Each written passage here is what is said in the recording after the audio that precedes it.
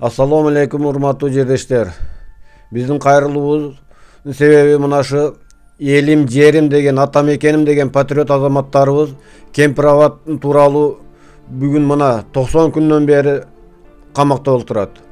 Ошолорго эми күнөөнү койдуңарбы, кое алдыңарбы, аныктадыңарбы? Болду, эми 90 күн убакыт жетти. Ошол биздин патриот азаматтарыбызга боштондук каалайбыз.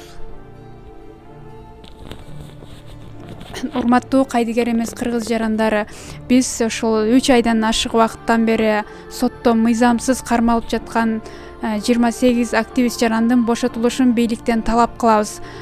Бул 3 ай убакыт сиздерге жетиштүү эле болгондур. Алардын тергөө иштери жүргөн жок, эч кандай далилдер табылган жок. Аларга коюлуп жаткан айыптар мыйзамсыз. Ошондуктан биз кайдыгер болбой алардын бошотулушун талап кылабыз жана тез арада чыгат деп үмүттөнөбүз. Урматтуу мекендештер, саясий туткундукка жол жок. Болду, эми жетишет. Активисттерди кое бергиле. Бийлик төбөлдөрү башка кайрыла турган нерсе деле жок. Эми күнөөсү болбогондон кийин, күнөө айып кое албагандан кийин кое бериш керек. 90 күн болду. Уят.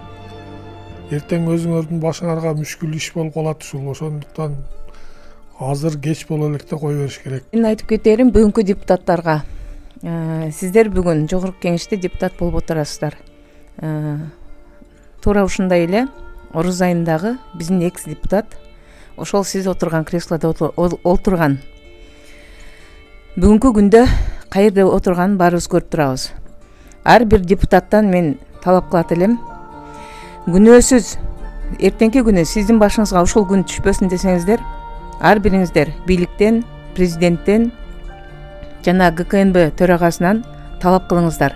Бүгүнкү саясий куугунтукта отургандарга боштондук болсун. Кыргыз элимдин ар бир үй бүлөсүнө, ар бир энесине, ар бир ата, ар бир балага дагы талап кылып кетет элем. Сиздердин үйүңүздөрдө ушундай адилетсиздик, чындык издеп жүргөн семьялар абдан көп.